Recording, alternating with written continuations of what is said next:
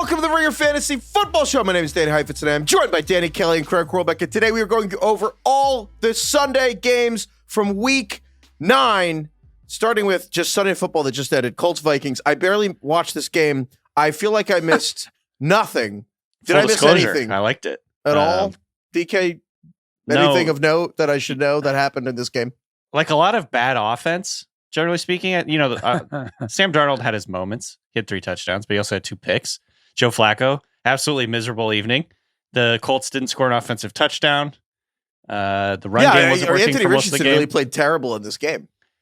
It was tough. This is one of those things where it's like everyone's going to be like, I'm sure Anthony Richardson could have done that. And there's a world in which he would have done way better. Yeah. And then there's a world in which he would have completed 4 passes out of like 23 attempts. Like this is the dilemma that you have by when the first time you bench a guy, it goes up against this really notoriously difficult to play against defense in the Vikings. So it's funny though, because like everyone is basically saying like, oh, are you happy, Irsay? Like, look what you did. But now I'm like, but this is like when we were arguing about this on Power Hour last week. I'm like, again, I don't think they were benching Anthony Richardson for the season. I do agree with Heifetz that like this was definitely like a more of a punishment situation. Also, it was really funny when they cut to Anthony Richardson tonight, right after they talked about how he tapped himself out for being tired. The shot of Anthony Richardson on the sideline, he was yawning. I was like, that couldn't have been worse.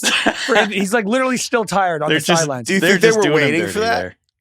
Maybe. What are the odds that they just like found that by accident?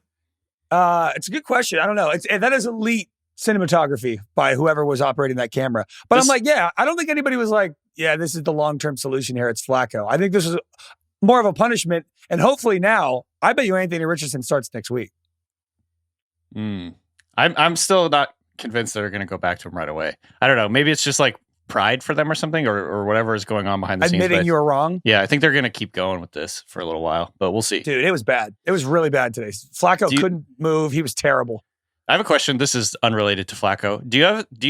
I had this theory for a long time growing up that like the producers of the broadcast save the pictures on the sideline where like a guy's picking his nose and then like insert it into the show. Oh, like they time because it's like the odds of someone picking their nose is like 75% if you're like on the sideline for whatever reason. It's just always a guy picking his nose. I know that's a fake. That's not a real thing. It's just a conspiracy theory, but I just like... It's a good theory. Do you think that they save it for the people who didn't talk to them enough in the pre-production meetings and they make those or they people were like nose rude pickers? to him that week or whatever? They big timed him. In reality, they have like 20 cameras that are all looking at different things. And there's like a technical director who picks the best one. That's the most interesting at that moment. So that's why. And in reality, they're all playing football and it's really hard and you have to breathe really heavy, but like it's really hard to wipe your nose with a face mask on. And so they get off and they're just like getting all up in there. Yeah. I think we should destigmatize it. Let people pick their nose. Yeah, it's fine. Just don't eat it like Aaron Rodgers. Yeah, God, eating it's another level, dude. I've never understood that at all. Like, it's eating your boogers. Yeah, can somebody? If is any brave soul who does it and is willing to, we won't say your name, but email us. If you're a pro booger eater and you want to make the case, email us. Dude, we will redact your name. Email us at ringerfantasyfootball@gmail.com. No, make the case for booger eating. Greg's totally right. Make the case is a great idea for a podcast. I guess that's kind of the hottest take, but yeah. It's the week of the election. And I like the taste of it. It's the week of the election. We're trying to embrace debate. All right? Right, yeah. Please email us at ringerfantasyfootball@gmail.com. If you did eat, we'll take if you did eat boogers as a kid, but preferably if you actually are an adult that still does privately, and we'll redact. You have my promise off the record. Yeah, if you wish it was publicly acceptable to eat boogers, email us and we will. Dude, this is the Costanza. This is the Seinfeld episode where they talk about like Moses probably picked his boogers. What's wrong with that? Like, yeah, of course. In the dry heat, of course he was picking the boogers. All that dust? All that dust. Before we move on from this horrific game, everybody was glazing Flores, right? for his really intricate schemes. You never know who's blitzing. There's 8 guys up, 4 of them drop back. You don't know which 4 it's going to be. Well, this is like the too high thing, that craze from a few years ago. Why doesn't everybody do this? I know it's like some defensive coordinators are stuck and they're set in their ways and they do things the way they've always done them. But like this feels really obvious. Like this is like a no-brainer situation to me, right? Heifetz, can you tell me why every defensive coordinator doesn't just have different people dropping back every time? So I think that there's a simple answer and then a more complicated simple answer. The simplest answer is just like the time kind of progress kind of moves a little slowly, where it's like you watch the Dolphins at the beginning of last year and you're like, why weren't you having players do full sprint motion before every play all the time? Like, you know what I mean? Like we were joking, like, wait, the innovation is just have guys running full speed before the snap. Like, why wouldn't you always be doing that? Why would you be static? And then, all right, I guess my fancy thing I'd say is that like, it seems obvious because it's like Jenga and like life is like this, but football's like Jenga where you tap on a block and it doesn't move. And you tap on a block, the next turn doesn't move. And then 5 turns go around and that same block pops right out, even though it seems like nothing changes because there's like imperceptible shifts in structure that like you don't notice to the naked eye, but then enough things shift and then like, oh my God, like things are totally different. So I'll say that things allow that to change. The different answer I'd say to specifically why is that I think that what Mike Macdonald does in Seattle and what Flores does in Minnesota, it's about you have to be able to cover. Like the problem with defense is that when like let's say an offense does a motion and Tyreek Hill's sprinting or like Colts, so let's say Michael Pittman sprinting across the field. It's a stress test. All 7 people dropping in coverage, everyone has to know what to do. It's not like one guy has to know how that changes one. Right. Everybody has to know. It's an immediate pop quiz for everybody immediately. And if anyone gets the pop quiz wrong in 1 second, then you give up a touchdown. And so the question, it's not about, there's 6 guys and then 3 drop. It's about, can you intelligently, can everyone, all 11 people be on the same page about what you're going to do based on any changes in the moment? And really what it is and what Mike Macdonald did and what everyone's like, Mike Macdonald's amazing in Seattle. It's about teaching it to players in a way where you can do your full range of schemes from that look. It's about, can you do that in a way where you have 8 people lined up, but 4 go and 4 drop in a way that you still can throw like 6 looks out of it, not 2. But like, can you say it in 2 words so the defense can audible? That's really what it's about. It's about having all 8 pages of the diner menu and not like the Michelin star, like you can do 6 things out of it. But you want to do like 60 things out of it. At the risk of doing the hot dogs and hot dog buns thing that Heifetz did over the summer. Craig, it's kind of like, why aren't all bands good? Like, what? All bands have like a guitar, some drums, like, a bass, a singer. You'd think they'd all be good. I think it's like truly, it's just like putting the pieces together and like how they work together. It's like it is truly like almost like a musical composition. It's just like very difficult to get all the same guys on the same page, and to play good music or whatever. So that's probably a stupid analogy. No, I liked it better than mine, actually. Why aren't all bands good? Why are some bands terrible? They just play shitty music. So DK, what band is the Vikings defense? Not Leonard Skinner. I was going to say like Led Zeppelin or something. Just fucking shredding and making really unique, awesome music. And what D is the Jaguars? I mean, what band is the Jaguars defense? LMFAO. Okay.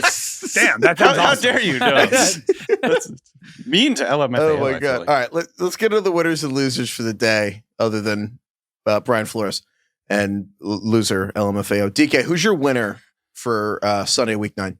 I'm going to say Lamar Jackson and Derrick Henry as co-winners. Basically, is this the coolest and best quarterback running back combo ever? I mean, I know that's like a big statement, but like, and I don't really believe maybe ever, but like maybe the coolest ever. What do you guys think? Yes, it is the coolest. I can answer. I have an answer. Yes. Definitely. There's literally a cooler one in the division, Russ and Najee, but okay. Totally. No, I'm just saying, like, putting these two guys together has absolutely created magic, and it's so much fun to watch this team every single week. The Ravens demolished the Broncos this week, 41-10, and this is a good Broncos defense. Like this Broncos defense had been making life really hard for a lot of good offenses all season, and the Broncos just ran over them like it was nothing. Lamar, now, I was just looking at his numbers relative to the rest of the league. Number 1 in passer rating, 120.7. Number 1 in success rate. He has the second most passing yards, the most rushing yards among quarterbacks. He's averaging 10.6 adjusted yards per attempt, which is best in the NFL. His EPA per dropback is best in the NFL. He's breaking football. He looks incredible. This is a 2-time MVP who's playing his best football ever. And then meanwhile, you have Derrick Henry, who is on pace for almost 2,000 yards and 21 touchdowns right now. And like is also building his own MVP campaign a little bit. When's the last time a running back and quarterback could kind of just both win the MVP and nobody would have a problem with it? I know. And people were having that discussion today. It's like maybe Lamar actually deserves to be part of this discussion. Or sorry, maybe Henry deserves to be part of this discussion because like what he does on the ground, like the way that defenses have to prepare for him, the way that he can kind of salt away games. I still would totally pick Lamar, but I think it is an interesting discussion. All the Niners fans listening are screaming that Purdy and McCaffrey should have been considered last year, even though probably not. But I will say, I think the Ravens are winning the Super Bowl. The Ravens are going to make the Super Bowl. I don't know if they're going to win. We'll see about that. I think the Ravens are going to make it. They're going to win the AFC. Obviously, injuries can happen, et cetera. But the Ravens are better than the Chiefs. They're better than anyone else in the AFC. I don't think it's particularly close. Every single game you watch them. And then I look at the Ravens and they the Lions. Did lose last week, I think. Yeah, but even they that, did lose to Jameis Winston last I don't week. care. Like it's the kind of I don't care. They're so much better. Like even the games that they're losing though, it's because and they've lost to the Raiders. It was weird. That was weird. Let's be honest. But every year the best team loses to the worst team. That's that true. happens every year. Also, the Ravens were cooking last year, and Lamar won an MVP, and the Chiefs look like shit. This team's better though. Again, I still think this team defensively, is like, they're worse. Defensively, they're much worse. There's no question. Yeah. But I think that the offense, again, I still think the entire reason they got Derrick Henry was because in that AFC Championship game where they lost, and again, they lost in part because Zay Flowers reached for the goal line in that role where he fumbled. But they had the fewest design carries to running backs in any game in the history of the Ravens franchise. And then they were like, we need fucking Derrick Henry. And then you look, and again, Derrick Henry, another 106 yards, 2 touchdowns. He broke 1,000 yards in the season today. Yeah. 100 rushing touchdowns in Derrick Henry's career. Week 9. 100 rushing touchdowns in his career. 300 since he left high school, which, I mean, that alone is like crazy. He's had 300 rushing touchdowns in high school, college, and the NFL. I think maybe 4 or 5 people have probably ever done that. And then I saw this on the broadcast from CBS. I couldn't believe this. Derrick Henry, so he leads the NFL in rush attempts, rush yards per attempt, and rushing touchdowns, which think about that. Like most carries. Triple crown. Yeah. Most yards, but also most yards per carry. And the last person to do that was Jim Brown in 1963, to lead in all 4 of those at the same time. JFK was alive the last time someone led the league in all 4 of those categories at the same time. So Derrick Henry's incredible. Craig, you want to do a JFK impression? Do quick? It. Talk about Derrick Henry as JFK. Lamar and Derrick Henry. Lamar is a good JFK word. Lamar Jackson and Derrick Henry are 2 of the most impressive athletes playing NFL football today. It's weirdly good. All right, Craig and/or JFK. Who's your winner for today? That's fine. I've listened to so little JFK in my life. I'm realizing I feel like I've heard him speak only a few times, so I don't even know. I've heard more impressions of JFK than actual I don't JFK. know what. I'm actually not consuming much JFK content in my life. Yeah, so I don't that's even not know what your that country can do for you. What you can do for your country. And I'm like, I haven't heard him say anything else actually. Yeah, I don't even know what I'm building that impression off of. It's like Family Guy references. I don't even know. Honestly, or it's like I'm just doing Rosillo tweaked. My winner is the Chargers today. And Jim Harbaugh, Herbert, they beat the Browns 27-10 today. The game was never close. They won in Cleveland. They did everything against them. They shut down Jameis. They're now 5-3. Things look like they're coming together offensively. They're throwing a lot more now. They kind of stalled a little bit running the ball, although they ran the ball well today. But Herbert's playing really well. Herbert on the season, quietly, 10 touchdowns, 1 pick. Their receivers are kind of healthy and coming together now. McConkey is good. Quentin Johnson and Josh Palmer are good enough. I think the biggest issue is Herbert still gets pressured a lot, but he's been really good. And then on the other side of the ball, they're basically the best defense in the league in a lot of ways right now. I mean, the Chargers have allowed the 3rd fewest points per game by any team through 8 games in the last 15 seasons. They're giving up 12 points a game. The Chargers right now, 12 points a game. Another defense in that mold of just like Mike McDonald mold of defense. Yeah, and their DC is Jesse Minter, who was with Harbaugh in Michigan the last 2 years, and he's now here in L.A. And it just feels like this team, again, a lot of their wins aren't great. They haven't really played a ton of good teams. They lost to the Chiefs by 7, but this team is picking up momentum, and you can feel it, that everything is starting to kind of coalesce. Yeah, totally agree. I think they're becoming one of the more fun teams to watch, and they have a lot of good stories. The J.K. Dobbins story is incredible. The fact that he's still healthy, he's still rushing, he's been really efficient for the most part, and creating explosive plays. He's been kind of trailing off a little bit the last few weeks, but he looked pretty good today. I don't know. They're just a fun team to watch. They have 2 really good tackles. Herbert's awesome. McConkey, I think, is going to be a star. He's already looking like a huge hit for them. So, and even Quentin Johnston's like not terrible now. Like he's a good role player for them at the very least. Josh Palmer, baby, had a touchdown. He's still alive. My winner today is the Detroit Lions. Lions won 24-14. Lions dominated this game. Absolutely dominated. There was, again, like the Ravens, I think there's zero doubt that the Lions are the class of the NFC. And we thought Lions-Packers might be like an NFC Championship game preview. It's on the road. Goff not in a dome. It's raining. None of it mattered. Detroit absolutely rocked them. It was not as close as the score indicates. In Lambeau, in the rain, I just thought everything about this was so impressive. And even the fact, no Aiden Hutchinson for the Lions, who's their best defensive player. And then Brian Branch, who's probably their other best defensive player, gets ejected midway through the game. And then Carlton Davis goes down late. It didn't matter. I thought the Lions defense was incredible. And I don't know. Am I too optimistic and sappy because I think the Lions are such an easy team, especially being the Giants. The Giants are awful. Like we'll get into that later, but like I've had to like adopt another team. Are you gonna? Yeah, I was gonna say. How could you not adopt the Lions? How can you not like? How could you not root for the Lions? And I don't know. Am I crazy in thinking the Lions, DK, are obviously the best team in the conference, right? I don't think it's. I think how could you not look at a Lions Ravens Super Bowl as of this moment? Ooh, that's sexy right there. Yeah, no, this team is so good. They just have so many ways to beat you. This is like kind of what I was thinking watching them today. It's just, if one thing's not working, they go to another thing, and they have three guys that can beat you in different ways. The one thing that was weird is like in the first half, Jahmyr Gibbs had 2 carries, and we were like, what's going on? Where is he? Is he hurt? Like, what's going on? And then he came in the second half and just like basically spelled Montgomery and offered them like this really explosive like counterpunch that the Packers were getting, just like starting to get used to Montgomery. And then you come out here and Gibbs can just like offer this other totally different element to their offense. And so, and then you add in obviously like Amon-Ra St. Brown had an amazing touchdown catch today. They've got Laporta, who was like the best tight end in football last year. And he's now like kind of a role player for them this year because they have other options that they can use. So it's blocking is also a role. Catching's a role. Yeah. So I don't know. They just have so many ways to beat you. I think Goff like looked solid in the rain today. He was pretty efficient, and he was super efficient. Speaking of they still have more touchdowns than incompletions in their last 5 games. Craig, I have an important question for you. DK's mentioned the rain. Mm-hmm. I still think that you had like the greatest sports revelation ever, which was why is it so hard to see the rain during football games? We get this explained to us. All I could think about the whole game was, it looks like the rain stopped. And then they would cut to the sideline. And it's like still pouring over and over. Yeah, yeah.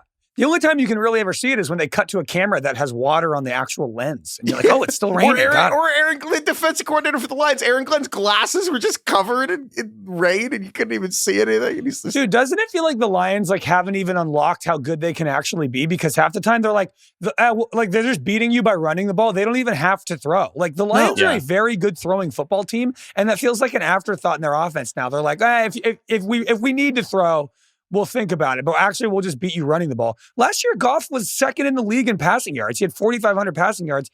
This year, he's 16th. I saw a stat today. Yeah. They're literally too good to be good at fantasy almost in certain ways. Like Jared Goff should be a good fantasy quarterback. He's on a great offense that's scoring a ton of points, but like they literally don't even need to throw because they're so good. He hasn't thrown more than 25 times in a game since week 2. I think you're 100% right. I think Jared Goff being good and is actually one of the stories of the season. And honestly, obviously, it's he has great protection, and that's important for Jared Goff. But I totally agree. I mean, in a way, we haven't seen Goff have to get into like a true like shootout outside of like I guess really that Vikings-Lions game was one of the few times. They're just like bullying people in a way that is so powerful this year. Last year, Goff threw a ton. And this year, it's just like, we're going to hit you in the mouth until you stop us. And most people aren't stopping them. For this game, I felt like the contrast in like established and have arrived skill players versus like potential skill players for the Packers. So like the Packers, they looked really sloppy to me in all areas. Basically, the receivers kept dropping passes. Christian Watson misplayed a couple deep balls where he like stopped running and tried to jump really high and like catch a couple like it happened like twice to him. And it was just like, man, the Lions are sort of like the self-actualized version of like what the Packers could be. You know what I mean? Like they have arrived. They're hitting. All their different guys are sort of like they're at the right place in their career to like do their job and do it really, really efficiently. Like, whereas like the Packers have a ton of like really nice skill players that could be elite someday. But like right now they're still, I think, just kind of trying to figure it out. So that felt like a big contrast to me. It's like the Lions are just like here. They're all their, they have all their ducks in a row, whereas the Packers are still trying to like work it out. 100%. A Lions-Ravens Super Bowl, the colors in that game, so aesthetically pleasing. It's just the aesthetically pleasing bowl. Also, on that note, just because I'm sure a lot of people listening are probably like, why can't you see rain? We argued about this for 3 weeks last year, and I just pulled up the email that settled it. Just shout out to Josh, who emailed us, who is a cameraman for high school football. The short answer to why you can't see rain in some camera shots is not that raindrops are small. I guess that's what we were saying. We're so dumb. Because he said, rain, like all water, refracts light, and thus water becomes visible when there is a sufficiently high-frequency light source behind it. The sun does not function as strong enough light source to make rain particularly visible on camera. If you're outside on a sunny day and it's raining, you can see the rain, but it's more difficult. But a nighttime game with rain, it's really dark out. You can see the rain at least a little bit most of the time when the stadium lights are on and behind it. So that's why every time they want to show how much it's raining, they point it at the light. Yeah. That's the answer. So anyway, it's about water. Anyway, that blew my mind. Okay. But my loser for today is Danny Kelly. Because the Seahawks did you see me losing my mind during the Seahawks game? I did. I was really concerned for you, the text I was getting. I was just happy you were answering. Seahawks lost 26-20 to the Rams. The Seahawks losing to the Rams in overtime in a game that had 20 penalties, I think is DK's personal hell. Yeah, that game sucked so much. The Seahawks had two... Well, first of all, Geno Smith threw a pick six from like I don't know what it was, like the 8 or 10 yard line or something. And it was like a 100 longest yard play return. of the season. 103 yard return. So that sucked. And then later in the game, he threw another pick from like the 2 yard line. Mm-hmm. That sucked also. They had like 12 penalties. They're just super sloppy, infuriating team. And then also like Geno Smith brought them back at the end of the game and sent it to overtime. They probably should have won. They couldn't convert a fourth down deep in their own end. And that's life, I guess. But like, this was like the most frustrating, but also exhilarating. And then really frustrating. It was just like the perfect Seahawks. It encapsulated the Seahawks experience for me. I had a headache like in the third quarter of this game watching it. And then of course, the Rams, who have won, I counted, I think 11 out of the last 14 games against the Seahawks. The Rams were just like, they have the Seahawks number. Stafford, McVay, they're just like so hard to beat for the Seahawks. DK, was this a fart or a Shart for Seattle? Kind of felt like a Shart. There's people talking about like the coaching is bad. Obviously like before Geno brought them back in the end, like people were like, okay, the Geno experiment is over. I did like, obviously I'm not like willing to jump that far, but like Seahawks fans are like, at least especially during the game before he brought them back at the end, like Seahawks fans were like, okay, I'm fucking done with this. But yeah, like this is really bad. They're last place in the NFC West. I know it's like it's a close race between all the teams right now, but I don't know, man. They just don't feel like a very well coached team right now. And this is, I was thinking while you guys were talking about why the Vikings defense is so good, I kept thinking about the Seahawks. It's because it's like they're not quite on the same page. No one's quite on the same page. And I saw an interview with a Seahawks player, I think it was Leonard Williams this week, where he was like, yeah, on defensive play, and I'm paraphrasing and I might have gotten it a little bit wrong, but he's like, basically, we have like 2 or 3 calls for every play. You have to sort of make an adjustment based on what the offense is doing and then communicate it to everybody. And at some point, like almost invariably, it seems like one person doesn't get the memo. And then there's a guy like will open or whatever. So God, yeah, that game sucked ass. That was like one of the most frustrating games I've ever seen. Yeah, sounds like you're going to have to change your pants. That's a Shart. But I mean, yeah, the Seahawks fans are, the vibes are incredibly low right now. On Twitter? It's going to be a tough week for Twitter, so. Yeah. Why, Craig? What's happening? I don't know. Ravens, Bengals Thursday night. It's going to be nuts. My losers, the Cowboys. They lost today 27-21, but it was not as close as the score suggests. They look terrible, man. And they're 3-5 now. The vibes are so bad in Dallas. Craig, did you see the Dak on the sideline thing? Yeah. Dak was there was a shot of Dak clearly saying, we fucking suck. That's tough.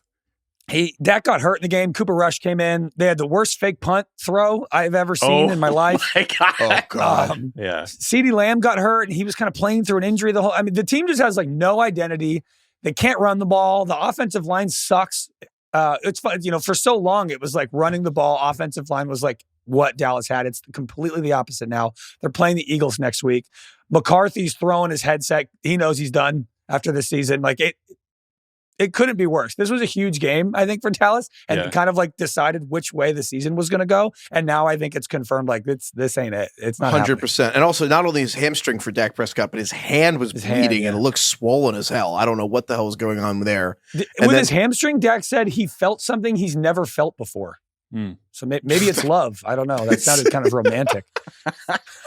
Oh my God! When you know, Craig. You know. There's to everything you just said. I think you're right because I mean, look, coming into this game, look, the Cowboys can't run. They can't stop the run. They can't pass. They can't stop the pass. They can't pass protect. Should I keep going? Yeah. The best thing they do is kick, and they couldn't get Brandon Aubrey off fucking jury duty. So like, there's not a lot going on. But I will say, I think no juice. You nailed the point though. The offensive line is the emblem of this collapse. The Falcons had the second fewest sacks halfway through a season ever on record. Like 6 sacks in 8 games. The second fewest ever on record. Falcons had 2 sacks in the first quarter on Dallas. Like that's how bad the pass protection is. And you were like, oh, well, it's the youth. Unfortunately, also, Zach Martin, who is a Hall of Fame guard and the best guard of his generation, is cooked. Like he's done.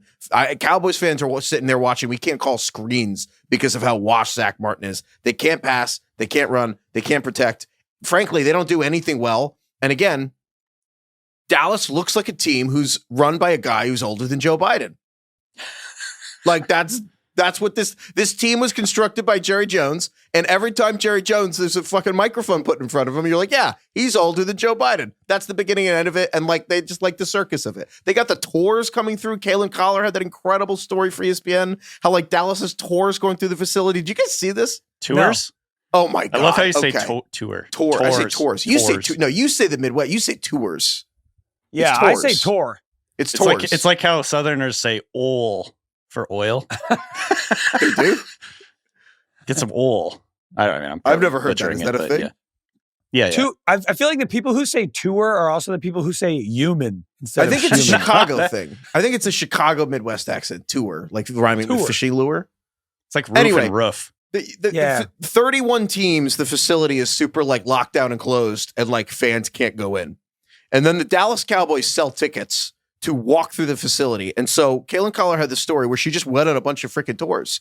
And like Micah Parsons is like limping through the thing last week, just on a Tuesday, just limping. And the Cowboys were pretending he might play. And then all the fans on the tour were like, oh my God, he looks so terrible. Oh no, I bet he can't play this week. And it was just like, what do you need more money? Like, why are you doing this? And it's just, Jerry just likes attention genetically. I don't know. But it's crazy that they're worth like $11 billion and they're trying to like make like a few grand selling tours every Wednesday. Like, what the fuck are you doing?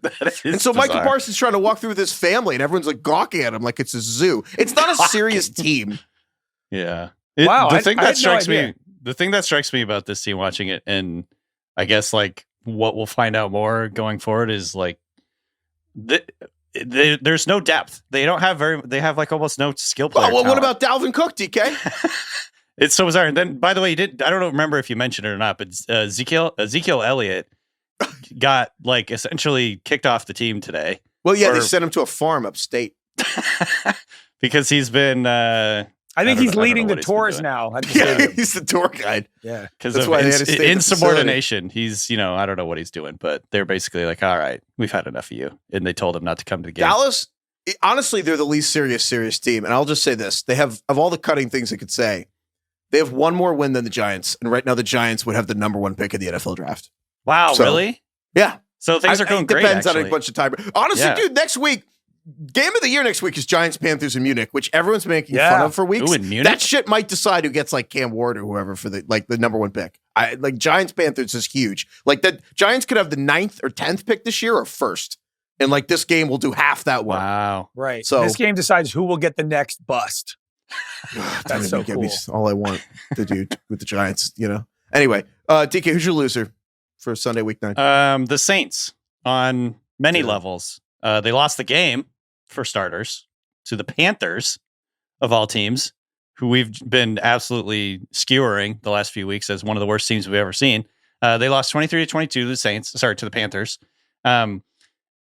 And on a serious note, Chris Olave, his 5th concussion since 2020, had to go to the hospital. He was put on a backboard, had to go to the hospital, got checked out. Sounds like he's okay. But now we're in a situation with Olave where the future of his career is like actually up, like in question. We don't know exactly what's going to happen here. I think there was reports after the game that we'll kind of have to see what happens next. It's almost like a Tua situation where he may decide not to play the rest of the season. And so Olave has 4 confirmed concussions in the NFL and then another one in college. So 5 confirmed concussions in the last 5 seasons. And that's just, when it's diagnosed. Yeah. So that's obviously really scary. And we hope for the best for him. Are the Carr brothers the most like losingest brothers in sports history? I think objectively they're the most loser brothers. Like, right? like factually, like by the definition of losing. So this stat here basically just outlines the most losses a starting quarterback has through a certain point of their career. So through 4 seasons, the quarterback with the most losses was David Carr with 43. Through 5 seasons, David Carr. 6 seasons, David Carr. 7 seasons, Derek Carr. 8 seasons, Derek Carr. 9, 10, and 11 seasons, Derek Carr. Oh, God. That is crazy. Is there a 3rd Carr brother coming up? Yeah. Is there a bonus, Jonas, for the Carrs? Oh my God. Dude, the Saints, we don't talk enough about the week 1 and 2 thing. You know, it's bizarre as hell. It's like a movie that comes out that has like an amazing trailer. And then it's just like, I remember that movie Downsizing, which is the worst movie I've ever seen, the Alexander Payne movie. I actually like Alexander Payne, but I remember the trailer came out for Downsizing and I was like, this looks awesome. Matt Damon, this is fun. So where they turn them into really tiny? Yeah, they like shrink people essentially to like, it's like saves the economy and saves the environment by like just like literally shrinking everything to like protect resources. Funny trailer, looked great. Worst movie I've ever seen. I nearly left the theater. I've never done that before. That is like actually just what happened with the Saints this year. It was just like an awesome trailer and it turned out to be a dog shit movie. Is it like the first season of True Detective? Absolute banger. I think one of my favorite seasons of TV of all time. And then there was the second, and then third, Vince fourth, Vaughn was in season 2 and everyone's like, I don't know. Oh my God. Like, don't even get me started. We should have given this guy more time to create season 2. Dude, I feel like True Detective was like, man, we have these show about like basically 2 people with the most visually stunning thing ever. So what if we had a show with like 20 characters that was just pictures of the Los Angeles fucking highways and dive bars? Yeah. It's like Christ. Like, you know what I want to see after I watched True Detective season 1. Now you know what I want to see? Overpasses. Get the fuck out of here. Totally. My God. I don't know, dude. The 405 to the 10. There's an interesting on ramp. It's pretty. Yeah, pretty I'm cool. Actually. What's really interesting? The 2 most interesting things to me: the occult and like really weird religious things in Louisiana, and then also how different cities in Los Angeles do politics with each other. As told by Vince Vaughn. Dude. Anyway, 7 straight losses for the Saints. Yeah. I mean, the vibes are atrocious right now. Dude, Michael Thomas, who again is one of the best players in Saints history, just live tweeting the entire Saints game like "fuck Derek Carr" over and over. I actually think it's the funniest thing ever. I mean, I think the Saints might have the first pick in the draft by the end. I think there might be. Yeah, it's honestly, the Saints falling apart. I think big picture to wrap everything we were just talking about up. I think the teams that are really serious about this season and are actually trying to win the Super Bowl and do things the hard way crushed today. Detroit, Baltimore, and also Buffalo. And the teams that are lying to themselves through their teeth about who they are were rocked. The Saints, Cowboys, like everyone, like the Raiders who fired Luke Getsy today, like shout out Austin Gale who's dancing on the streets. The teams that were like frankly not honest with themselves when they looked in the mirror got their teeth kicked in and they deserved it. So, all right. Speaking of which, I Am Become Death, Oppenheimer Award for the player who went nuclear. Mike GeSicko for the Bengals, and also just the Bengals, Joe Burrow. I got my teeth kicked in on this one. So I may or may not have gone on a rant about how much I hate Mike GeSicko on the Friday show. 5 catches, 100 yards, 2 touchdowns, number 1 tight end of the day, best fantasy game of his entire career. GeSicko? Whoops. GeSicko's a funny player. He's essentially the handcuff for T. Higgins. Yeah. And he's like I said on the show on Friday, I'm like, he's like he's like a not very good version of T. Higgins, but he looked great in this game. And honestly, the last 2 games, he's made some pretty incredible catches. I kind of like when he is featured in this offense. Let's keep this thing going. We need a memento tattoo. I just came up with a good idea. Guys, I actually just came up organically with a great idea. Okay. Do you remember I think Bill's best take is that the Oscars, should be like 5 years after movies come out. You need to see how it sits. Yeah, like 2016 Get Out doesn't win Best Picture. It's like, we're looking back at Shape of Water, won Best Picture. What the fuck? Like, no one's watched Shape of Water in the last 5 years. And that would be so much better. Is Crash a good movie? Yeah. Okay. But I think some people think it hasn't aged well. Yeah. My friend has a good take that Crash, the beginning of shout out my friend Matt, who says that Crash was ahead of its time in a weird way. Not about any of the race stuff, but about the internet, and that the reason it's called Crash is sometimes people just crash into each other to feel something. And that's what the internet's for. That's why people yell at each other. And everyone just yelling at each other to feel something.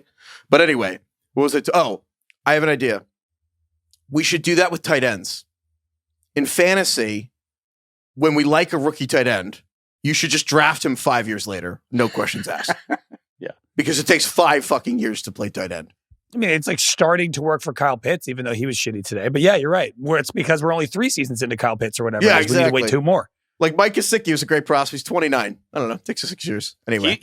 Has there ever been a more gangly player in the NFL? I think he's the gangliest player I've ever seen. I don't know. I just watched Joe Flacco take like 9 sacks. Yeah, I know. I always think, you ever see Jared Joe Goff Flacco's not running around. Like, GeSicko's out here doing the gritty. Whenever Jared Goff runs, I think of a giraffe being born. He just like the way he moves. He's actually one of the best athletes at the tight end position of all time. Like if you look at his testing numbers, but he's just so gangly. He's all legs. He looks like he's a daddy long legs. I keep thinking he's going to get hurt. It's like when I watch like Victor Wembanyama, I'm like, no, don't every single 100%, time. Like stop 100%. Running. Yeah. This isn't supposed to be working like this. Something's up here.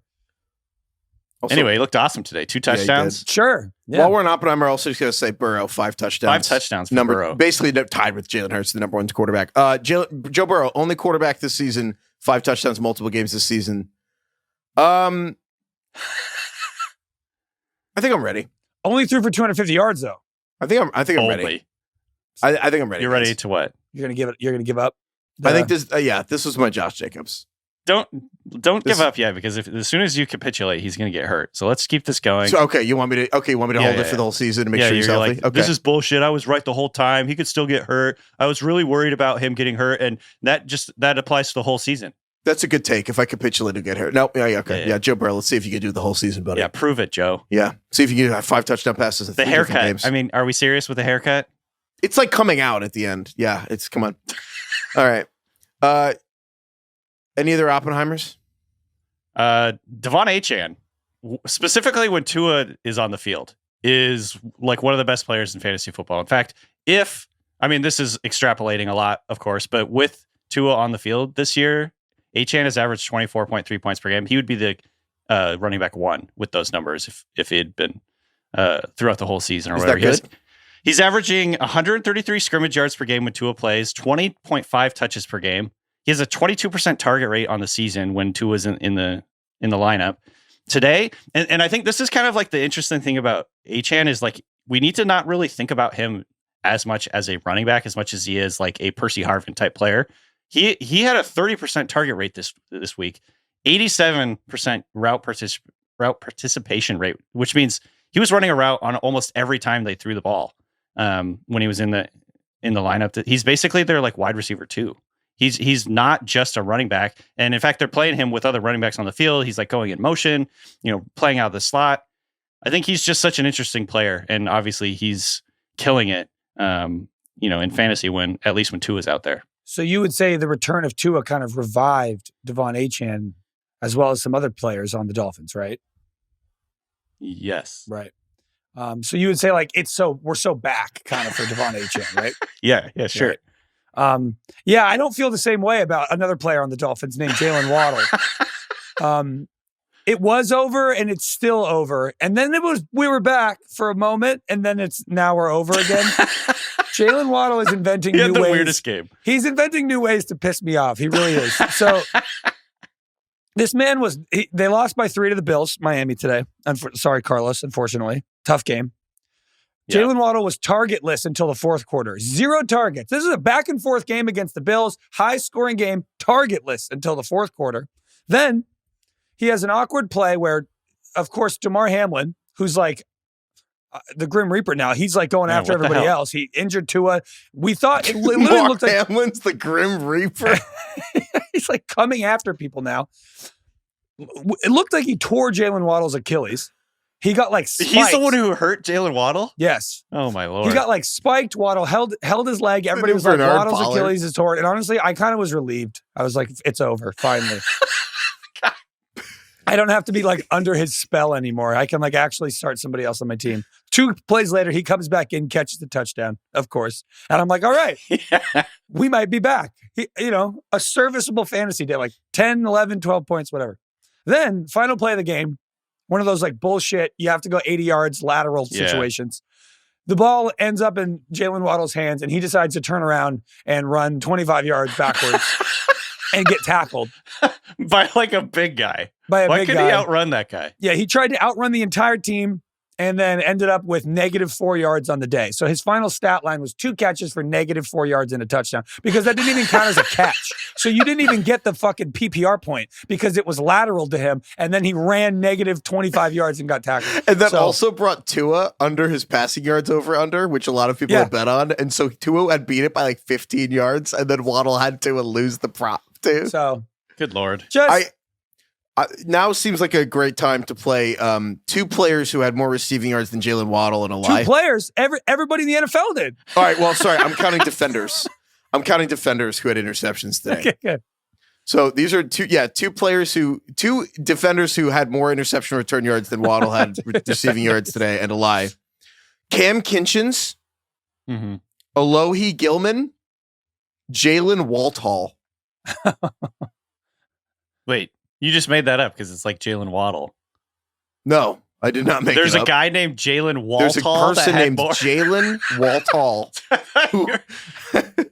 Alohi Gilman, Cam Kitchens. Alter ego? Jalen Walthall. That's weird. They all had more yards, I'm guessing. Yeah.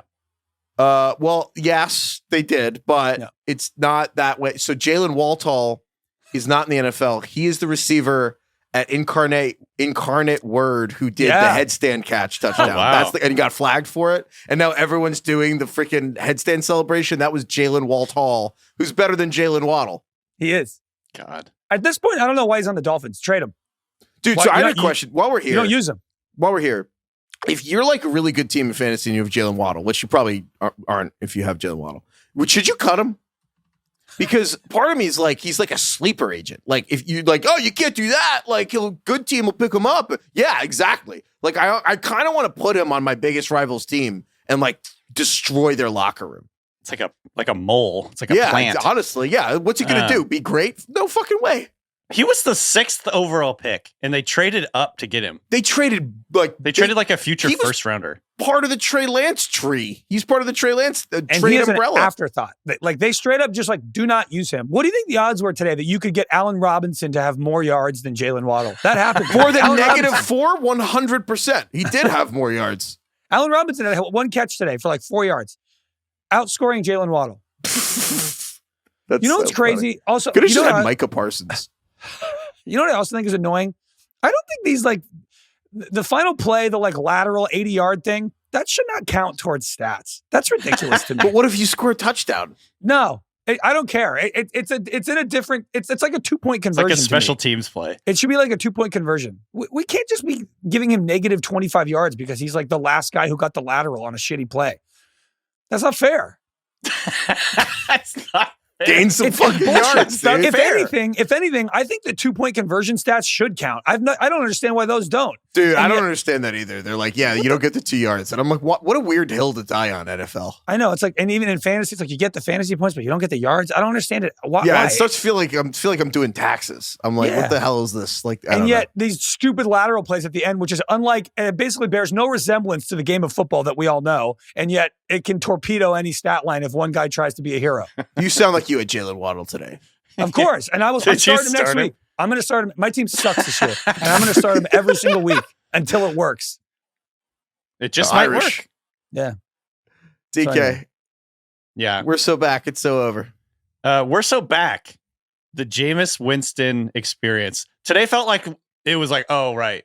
Yeah. So this is why he hasn't been a starter for like 3 years. I remember now. Because, this is a typical thing that happens like for every fan base of every team. If a quarterback is playing bad, the backup is so much better. The backup could leading us to wins or whatever. Tough day for backups. Yeah, it was a tough day for backups. Flacco was awful. But yeah, Jameis Winston, 26 of 46, 235 yards, 3 picks, and a loss to the Chargers. It was a nasty day. Some of the worst shit you've ever seen. Some of the worst throws of the year. Yeah. Jameis.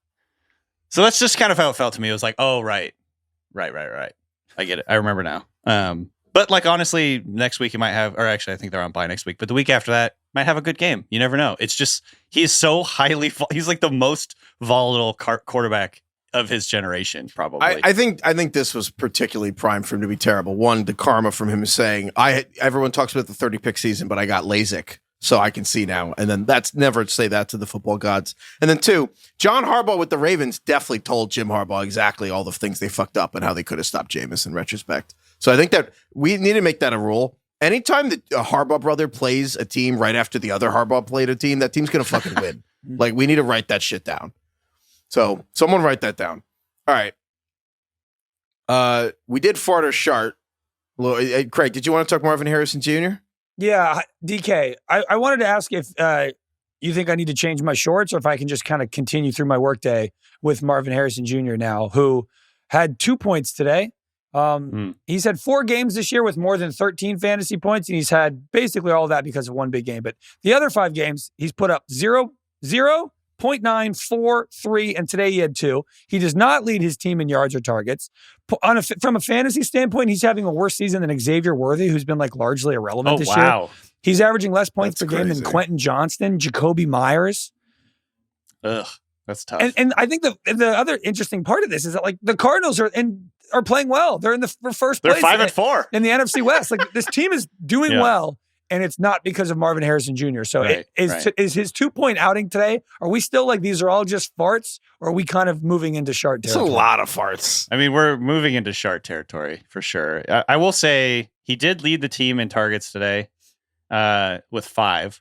And Murray passed for a grand total of 154 yards. So there wasn't really like a big piece of pizza, or there was not a big pizza for which he was going to take a big slice. You can't mix metaphors with like stuff you eat and stuff you shit in fart or Shart. True. Anyways, I don't know. I do think he's going to be a player that has like pretty high ups and downs.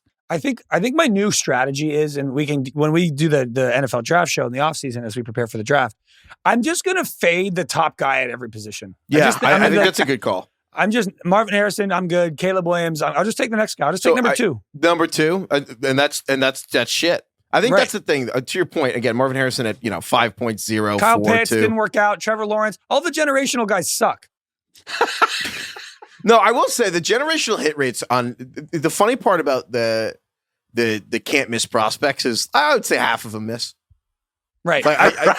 Should I just like right half. now? Should I just right now like get off the Ashton Jonty bandwagon? Should I be the Ashton one guy? Jonty? No, but he's generational. Yeah, right. Yeah, but this time it's no. It's actually he's due because Bijan Robinson. He's good, but like he's fine. Bijan's good. He's good, but he's not great. But no, he's really good. They're just playing more. But I will say, who do you think's better, Jahmyr Gibbs or Bijan? Who would you rather have on your team? Bijan. Gibbs. But you hesitated. I don't know. I didn't think about it. But like, think about it. Bowers is good. Pitts is fine. You know what I mean? Yeah, like, Bowers if you go through the generational, Jamar Chase is exactly as good as we were told. Marvin Harrison's fine. I will say about Marvin Harrison specifically, if you need to play him, at a certain point, there's so many farts, it just smells like you shit. And I think that's you know what I mean? It's kind of like, at some point it just smells. That's the problem. Yeah, like when you have the covers, you're just like, Dutch oven. He's Dutch oven. Yeah, that's exactly Marvin Harrison's a Dutch oven. That's exactly what's going on here. Should that be his nickname, the Dutch oven? I like that. Marvin the Dutch oven Harrison. Dutch really oven is such a cruel thing to do. Oh no, he lifted up the sheets again. Marvin the Dutch oven. All right. Feeling nicey. Yeah. And for those who have no idea what that is and don't have internet brain rot, Kai, can you play the Gruden clip, Feeling Nicey? Sean Tucker, Tampa Bay Buccaneers. Who is this guy? Over 100 yards, 9.7 yards a carry. Ric Flair would love you. Wow! Oh. Bang. DK, who's got you feeling nicey this week? Do I have to do the Gruden? Yeah, wait, do it. Sorry, wait, I did it wrong. Sorry, DK. Who's got you feeling nicey this week? Trey McBride. 3 catches, 35 yards, a rushing touchdown? Hurdle the guy? Sorry, that wasn't that great. No, it was good. And I probably just woke up my son. Yeah, Trey McBride is becoming one of my favorite players, like full stop in the NFL. He's so much fun to watch. He didn't have like a huge game or anything. Obviously just 3 catches for 35 yards, but he did have a rushing touchdown. And just the play where he leaped over the guy, he's so smooth. Like the way he moves is, I think it's like, he's one of the coolest players. Him and Bowers, I think, are the coolest tight ends in the NFL right now. So I just wanted to shout out McBride, who is dope. Craig, who's got you feeling nicey? Chase Brown, 5th rounder out of Illinois, 120 on the ground, 37 through the air. He's doing everything. God. All right. No, actually, though, Chase Brown's better than Breece Hall. So Yeah, it's true. That's 100%. he looks good. Craig. Like he actually does. He looks great. Intrusive thoughts. Just moving on. That was a good, I don't know why, but that was a good like. All right, next category. Intrusive thoughts. My intrusive thought one, Jaguars just quietly solved the tush push today. That was a really what weird happened game. there? That was a crazy, I don't know. That was a really crazy game. Honestly, I've never the Jaguars scored 6. They were down 22-0. They scored 16 points in 14 seconds, which was insane, and they ended up losing. I think the way we'll remember this, the Jags just beat the Eagles on multiple tush pushes, stopped them, and then the Eagles fucking gave up. Like they stopped doing the tush push. And I think it was a combo of lining up off sides and the rest being like, you know what, fuck it, we don't even care. And then they went around the back and pulled Jalen Hurts from behind, which I know his there was ankles. there was probably stuff going on the inside, and it was going on like some trench warfare. But they had a cornerback blitz where they ran around the back, grabbed him by his haunches, and pulled him backward, and it worked. You gotta grab life by the haunches. Okay, it was crazy. I was like, I don't know what to think of this. Let's never say he grabbed him by the haunches. Oh, sorry. He did though. He grabbed him around the hips and pulled him just back. Like thinking about Patches O'Houlihan. It's exactly what happened though. He grabbed leave him it to the worst defense in the league to figure it out. You know, sometimes when you're when you're backed into a corner, that's when you really figure things out. My other intrusive thought is I just want to shout out between Joel Embiid and Jason Kelce, a huge weekend for Philadelphia athletes shoving people and getting away with it. And everyone's like, yeah, good call. Because you watched the Jason Kelce video. I've never seen somebody like slam a phone down or throw anything as hard as Jason Kelce threw that dude's phone. Yeah. That was like a violent smash into the ground. But then you watch it and you're like, yeah, that's fine. He can do that. Yeah, fuck yeah. No one's ever going to fuck with him again. So it worked. And then I didn't see what Embiid did. Oh, Embiid. So basically, this guy wrote a column. So Embiid basically was going back and forth with a reporter, and he like shoved a reporter. And everyone's like, dude, you can't shove a reporter. What could this reporter possibly have said? And then it's like he wrote a column where he because Embiid hasn't played this season, and he wrote a column that was like, Joel Embiid named his son Arthur after Joel Embiid's brother who died like 7 years ago. And he basically was like, if you want to honor your son and the memory of your brother, you should play harder, Joel. And it's like, yeah, you know what? You can shove someone for saying that. Yeah. That's fine. You can totally shove someone for saying that. That's totally okay. So yeah, there you go. Look, it's as Michael Thomas said, sometimes you need to get your ass kicked. Sometimes you need to get your ass whooped. Like that's you won't do totally that again. Fine. Yeah, don't do that again. All right. Play of the day. There was a lot of them. This was the play of my life. I've truly never seen a running back do this. Like, I don't think it's ever been done. The Saquon Barkley is the reverse hurdle. The reverse hurdle. It looked like they were playing it in reverse or something when he did it. I have so many questions. If you haven't seen this, I don't know what planet you live on, but go look up Saquon reverse hurdle. My first question, and I'm curious what you think, Craig. How did Saquon think to do this? He didn't, and that's why he's who he is. You don't think. It's operating on instinct. 100%. That is only the people who can do that don't think about it. The people who can't do it think to do it. Oh, I'm going to try and do a backwards hurdle right now. Saquon at all. Doesn't it feel like Saquon is like even freakier this year than he's ever been? Yeah. It's like he's like fast forwarded a little bit this year or something. I don't know what's going on, but it's like he looks more athletic than I've ever seen him. It's probably because he's not getting the shit kicked out of him behind all the terrible I guess Giants this is what happens lines. when you have like a decent offensive line and a good offense. Dude, that was unbelievable. He looks like a gymnast. At the risk, he did it. It's like a Simone Biles thing. 100%. At the risk of being prisoner of the moment, that's a top 5 most athletic thing you've ever seen in a football field, right? Maybe top 3, ever in your life. Yeah. It might be number 1. I think what's funny too is like you got to go if you just like watch other players try to hurdle, it makes it even better. Like when you watch he's backward. Yeah. He pulled it off.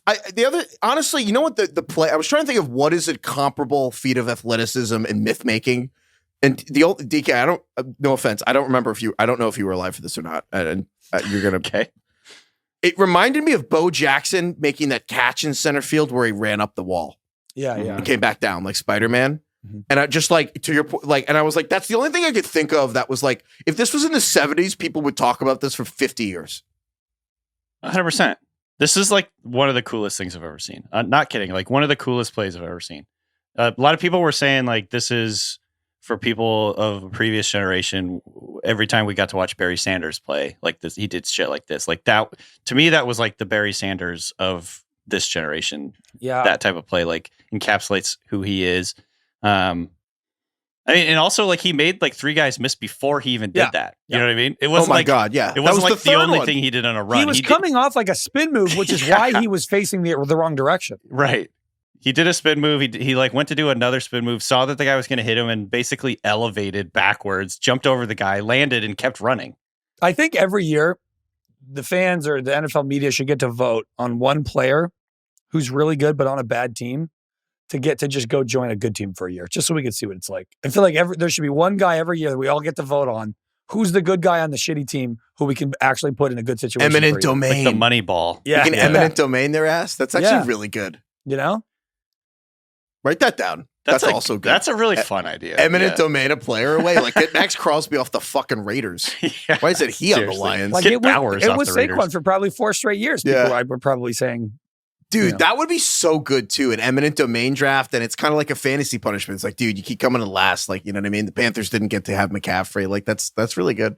Can we talk about a couple of the other plays that happened this week too? Because there were some insanely good plays. First of all, going back to Thursday Night Football, George Pickens made one of the coolest catches I've ever seen. Wait, Thursday? That was a week ago. That was Monday Night Football last week. Oh, I'm conflating it, aren't I? Did we not talk about it though? No, you're thinking of Garrett Wilson. Yeah. Garrett Wilson did the Odell catch again. Sorry, that's what I was thinking of. Yeah. Garrett Wilson did like the jump man thing. Yeah, the football Dude, it's been jump a long man. day. But he made like the one-handed catch, got his like knee down or whatever. That play was insane. Catch was like maybe better than Odell's. I know that sounds crazy. It's interesting like what sticks and what doesn't. Like the Odell one was such a big deal. He did more. Garrett Wilson did more with his feet on the play. Odell, like actual catch, like getting it in his hand was and his arm was physically impossible, far behind his head. It was like he caught it with 3 fingers. But this degree of difficulty wise, like this was up there. Insane. It was. I think people are better at catching the ball now. Like Jordan Addison's catch tonight was crazy. Devontae Smith's catch in the Eagles game was crazy. Garrett Wilson, like all these guys are Robinson so good had at this. The game winner, 100 game winner tonight. Man, there was like 5 or 6 really impressive one-handers just in one day or just in 1 week. It's kind of like shooting in the NBA where like you watch it. If you just showed someone any NBA game right now from like to 15 years ago, they'd be like, what the fuck is happening? Yeah, there's like 7-footers pulling up for 3. And you're like, yeah, what? it's like catching's kind of like that now because all these guys are trying to do the Odell catch every day. Yeah. And they're just like, it's all a little insane. The other plays from today, the Drake May 11 seconds in the backfield scrambling that he just threw the touchdown to go to overtime. Yeah. Thought that was pretty incredible. Mm-hmm. Josh Allen touchdown, like Josh Allen taking the lead while being tackled like throwing a touchdown while being sacked was pretty crazy. The Rico Dowdle catch in the Dallas game. That was the worst good play I've ever seen because he completely missed it at first and then bobbled it twice and landed on his back and caught it on his back. So he made like what should have been a really easy catch into the most difficult, awesome thing you've ever seen. And the Chargers lateral, the reason that you're wrong, Craig, about not counting like yards from the laterals is what you're saying is if the Chargers had completed their really cool hook and ladder and J.K. Dobbins had scored a touchdown, you're saying you don't get any fantasy points for that? That would suck. No, you get the touchdown. You don't get the yards. That's horrific. But that's it's like punt. It's like how you include like how do you divvy up the yards? Like they don't even the yards they gained and lost. No, but it's like 8 people touch the ball on a 90-yard lateral touchdown. Oh, I don't know. How do you do that? Job. I don't know. I think you just get the touchdown or not. It's like a 2-point conversion. You don't get the yards for that. You just get like the touchdown. Other one I just have to shout out, the Columbia football team playing Yale. They put up the Dwayne Wade statue behind the uprights to try to get him to fuck up. I thought that was the best idea I've ever heard. I didn't like, is that the first time? I know that like fans will hold stuff up, posters and whatever to like distract you. Is that the first time a stadium has like participated in that? Probably not, but Probably not. I thought it was genius. I know. So I have a thought. Steve Ballmer for the Clippers, they just built that whole wall behind the opposing backboard to try to mess him up. They should distribute Dwayne Wade statue masks when the Heat come. And they should like have people wear the Dwayne Wade and just have like 100 masks of the Dwayne Wade statue. Did anybody go as Dwayne Wade for Halloween? You mean Wade Jones? Yeah, that's what I mean. Yeah. Bronze face? Send us pictures if you did. Jesus. I think it's too scary. I don't know if they'd allow that. I can't wear that to school. Of course. Craig, do it once. I found myself doing the wickedly talented. The wickedly talented Adele the one and only. Adele Dazeem. Wickedly talented. Oh my God. All right. I was going to do when we did the guys who outscored Jalen Waddle. And I was going to give you a bunch of names. There's a receiver on the Jags, and his name's Tim Jones. And I was going to do it in his name, of course, Tim Jones. All right. Tyrique Stevenson, worst play of the day. I mean. He didn't start today, Tyrique. No, he did benched. not. Yeah. You know what? Worst play of the day? Bears, again, who gave up a 52-yard draw. The Cardinals were trying to go to halftime, giving up. They were just giving up. They were 55 yards out. They handed the ball off on third down. Play. Yeah. The most cliche. We're too much of a bitch to take a kneel. We don't want to try. We're gonna fucking run the ball and go to halftime. And the Bears gave up a touchdown that was basically untouched. Amari DeMarcado, go Frogs, this guy would say. That I actually. And then the Eagles also did. Saquon scored one on a 3rd and 17 draw versus the Jags. That was pathetic. But the Jags have actually punted of the season already. I thought that was actually. Off the Hail Mary, I thought that was actually absurdly demoralizing and somehow in a way worse. Obviously, it's not worse, but it's a worse defensive play. The other one was horrific luck. This was terrible defense. I completely agree. It's worse. Things are not going well for the Bears. Our buddy Ben Solak tweeted that play was the longest rushing TD given up in the last 30 seconds of a half this century. I think he said it was from 1970 on. There's never been a worse. It's so hard to. And then Matt Eberflus walks off and was like, they had to do the interview right after. He was like, "Yeah, that was my fault. Like I called a play for a pass. Whoops. Yikes. All right. And then at least they're good at owning it. Tyrique Stevenson tweeted, "My bad." Yeah, Eberflus apologizing. Accountability. They have a lot of practice at apologizing for shitty plays. Yeah. So Arthur Smith Award for coach that pissed you off. Matt Eberflus. Hello. That was crazy. Don't know how that happened. Just Matt Eberflus in general. Also for having Caleb Williams in the game with like a minute left, trailing by 20, and then he got hurt. That was cool. I don't understand it. And he was like, "Yeah, we're trying to run 2-minute drill. Like get some reps in." And I was like, "You guys are trying to make the playoffs, and your franchise is in down 30. He got banged up at the end. He got nicked. He got nicked twice. He hurt his ankle. Yeah. He got hurt on one play, and then the next play he got hurt again. I'll never understand that stuff. Like I'm such a proponent of like sitting your guys the second be smart. The game is over. Worst referee moment. There were a lot of weird fumble 6 things that happened today. The Giants Washington, a weird one. The Brian Branch ejection from Detroit was weird. But I feel like the one that I actually genuinely was like, that has to be the worst referee moment. The Eagles Jaguars, the fumble 6 from Saquon. Yeah. that Josh Allen Hines picked up, it was Trayvon Walker picked up. Craig, what did you make of that play?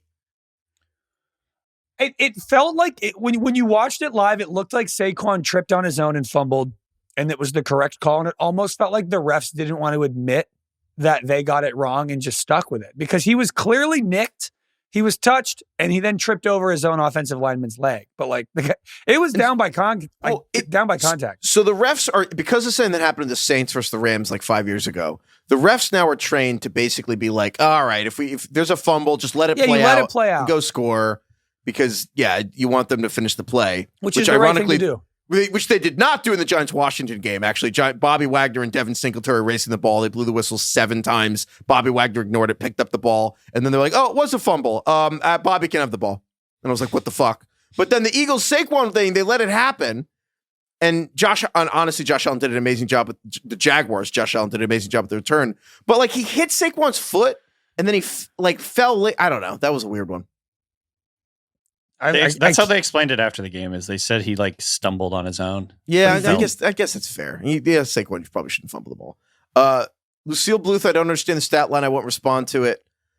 I mean, we mentioned Jalen Waddle, 2 catches, -4 yards and a touchtouchdown. I want to shout out Daniel Jones, first half, 0 passing yards, 50 rushing yards. And I would also like to shout out something. I don't know if this has ever happened before. There's a Bear, like in the box score, they just have summaries of drives. And there was a Bears at a drive that said 10 yards, 10 plays, turnover on downs. Never seen that. Yeah. 10 yards? 10 yards, plays? 10 plays, turnover on downs. That was a drive. I would also like to shout out our boy Nick Westbrook-Akine once again caught a touchdown. This is now 4 straight games. Only he and Amon-Ra St. Brown have such an active streak. Nick Westbrook-Akine over the last 4 weeks, doubling Jalen Waddle in fantasy. He's trying to change the narrative. He's no longer like the generic guy you mentioned as why your passing game is so bad is because he's the number 2 guy. He's actually good. Maybe he's good. Sometimes it takes a while. It takes 5 years, like we said. Yeah. All right. Burn book. I'm going to throw some in the burn book. Week 1, we burned Deshaun Watson, which, man, that was a good call. Week 2, we burned Christian Kirk. Week 3, we burned DeAndre Swift. He immediately became good. Week 4, we burned Kyle Pitts. He immediately became good. Week 5, we burned Mark Andrews. He immediately became good. Week 6, we burned Travis Etienne. That was a good call. Week 7, we burned Patrick Mahomes. Last week, we burned Jalen Waddle. That was a really good call. Do you guys have anyone in mind? We do have a daily double right here. All right. From many people, but I'm going to shout out Walter. Walter, who seemed most upset about this, but he wants to burn Michael Pittman. Dude, that is who I have.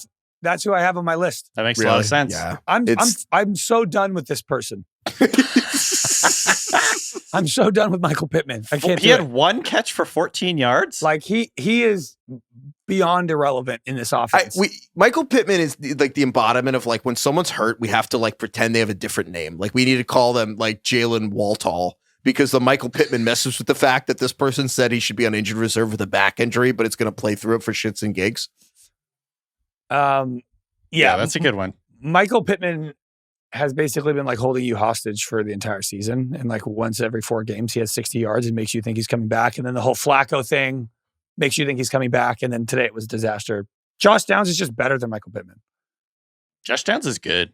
I mean, Kylan Granson had more yards and fantasy points than Michael Pittman today. Honestly, like A.D. Mitchell, fucking throwing Alec Pierce, like all these guys are getting more looks and are more explosive in this offense than Michael Pittman. I think, DK, do you have anyone else? I think we should do that. No, I think that one makes a lot of sense. Yeah, Michael Pittman, you're in the burn book. Great call, Walt. Great call, Walt. Do a headstand now. Why did the guy do the headstand? Why not? Because it looked cool. He didn't think about it. He just did it. If you're that good at something. Is it a reference to anything or he just did that?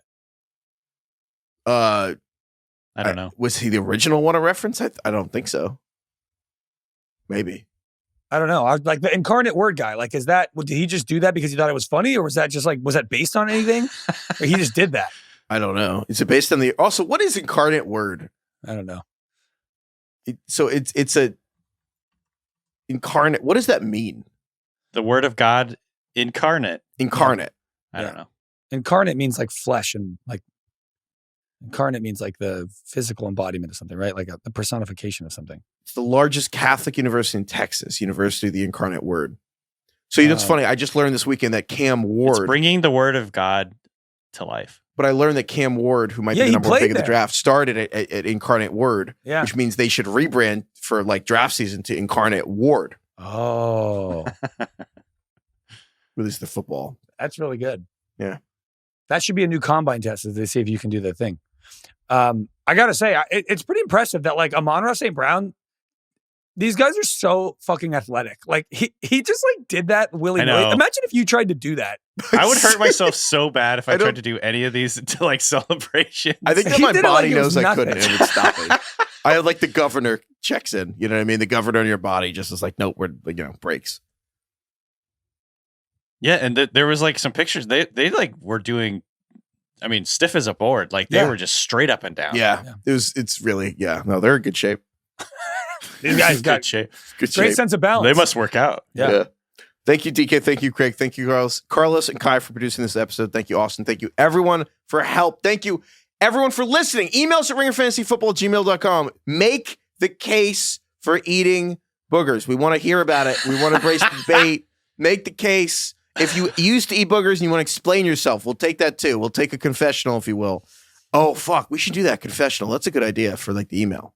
Like for a whole range of things. Fantasy confessional. Just you and me and everyone else. Fantasy, but we'll do fantasy confessional. That's but good. Also, that's really good. Forgive me, Father, for I have eaten boogers. Forgive me, Father, for I have eaten boogers. Incarnate Word. Email us fantasy confessionals on anything, actually, but also eating boogers. But also, but we really also want, if you still eat boogers and you want to be like, defend that, we're like, I want to hear your opinion. I genuinely want you to make the case, and I could be swayed of anything really if it's a good argument. So maybe Kai will be swayed. I mean, maybe Craig eats raw milk; he drinks it. Yeah, maybe Kai. Maybe Kai will be into eating I do not drink raw milk. I had it one time. You had it one time. 20 doctors. So many emails. He needs to stop. It was very nice. People concerned for my health. People were really actually. Dude, sometimes for fun, I just type in raw milk into the search bar of our email and just read what the doctors are saying. People need to relax. All right. It's so they were trying to. Oh my god, they don't want you to die. They're trying to help you. Don't drink raw milk. Don't drink one more raw milk email. Just like doctors, you get like people hospital emails. It's so freaking funny. If it's good enough for Gwyneth Paltrow, it's good enough for me. God, no, that's not true. This is from she June. Looks great. Come on. Travis emailed us in June. Important safety advisory for. I love how no one knows which of our voices is which. They're like for DK if he's still drinking raw milk. Apparently, bird flu jumped to cattle. Watch out. Oh, okay. Yeah. So we're pro pasteurization, is what we're saying. Yeah. Okay. We're pro heating things up really fucking hot. Pro fluoride. Killing everything in it. Yeah. Pro fluoride. pro Unlike fluoride. RFK. Yeah. Yeah. No, he's anti-fluoride. That's what I said. Unlike RFK. Oh, yeah. Unlike. Yeah. Yeah. RFK, if you listen to this. This is a really good conversation. Well, we're having him on Monday. We should tell everybody he's coming on. He's going to do waivers with us. Yeah, we had Doug Craig, can you do an RFK impression? Dude, no. Raspy as fuck. Can anyone do that? Dude, wait, the story of him and Olivia Nuzzi, and then the memes of just being like RFK Jr. but sound like a car without a catalytic converter. Dude, the fucking bear that he dumped in Central Park. It's like, oh god, dude, this so much just shit. Like talking to like. We live in a Mad Libs fucking era. He dumped a fucking bear, and he's like, and he like brought it up. It's like, I'm gonna get out in front of this because the story's coming out. He's like, I was running late and had to go to dinner. Which, like, didn't you know that? Like, weren't you planning ahead? You knew what your day was like. Anyway, I'll just dump this in Central Park and then go to dinner. He definitely got blackout with the boys. He was like, I have to make a flight. And he definitely got blackout. You know what's crazy? I think that, I hope this isn't fake. I actually think that was crazier was the follow-up story, which was he cut the head off a whale and tied it to the top of his roof, like a beached whale, like a rotting whale. And his daughter said that he cut the head off a whale and tied it to the top of his car. And they drove like 4 hours because he wanted the skull. And it was like bleeding dead whale juice out the window. And she said it was the worst smell she's ever. This is his daughter told the story. Do you think if it was somebody cooler though, we'd like think that was cool? Like if that was a celebrity we all liked, do you think we'd be like, that's awesome? Like if Matthew McConaughey did that, we'd be like, hell yeah, wanted that's to so cool. Woody Harrelson. Yeah, we'd be like, that's awesome. Oh, that's so sick, dude. Yeah. I should. Yeah. You got to be careful cutting into a dead whale. They explode.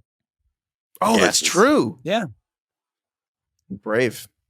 There's like a great, there was like a week where all I watched was like whales exploding on YouTube. Well, there was a dead whale that like washed up on a beach in Oregon, I think, and like somebody had the good idea of like, instead of, I don't know how they would dispose of a dead whale now, but they decided they would just blow it up. And it was like, this is so the 80s. This is what you guys were missing in the 80s, by the way, is the logic of, why don't we just blow it up? And it went. That's like frat house logic. And it like shot like whale pieces like a everywhere, quarter mile. You go watch that video because that's fun. Also, yeah, the whale was dead. For follow us on. Yeah, the whale was fucking dead. Just saying. It was dead before they exploded it. Yeah, follow us on Instagram, Ringer Fantasy Football. Maybe we'll put it or on the TikTok. Maybe we'll put the exploding whale up. I didn't even get to Lauren yet. Thank you, Lauren. Thank you, the Cranberries. Nice. Oh, nice. Seeing a lot of people singing Cranberries these days. What do you I mean, think like Zombie. Yeah, like on TikTok and Instagram. Zombie's my favorite cover. Like, I think Zombie's Linger. like a great litmus test for like whether an artist can do a cover. Like Miley Cyrus covering Zombie, or like I love. Like it's such an amazing song, and it also always hits a karaoke if you can sing it. I mean, I was going to say that's a really hard song to hit at karaoke. The octave you got to hit. What's in your head? It's just like it's sick. Like the Miley cover of Zombie is amazing. Also, Linger has literally lingered on social media. It has like there's been a resurgence of people covering and like doing Linger. Great song. Yeah. You guys eat a lot of cranberries? I don't even know how. Yeah, I do like them, like cooked down into a sauce or something, or on Thanksgiving. Like I actually think cranberry and turkey is great. On a Thanksgiving sandwich, it's lovely. Yeah. Yeah, I agree. All right, goodbye, everyone.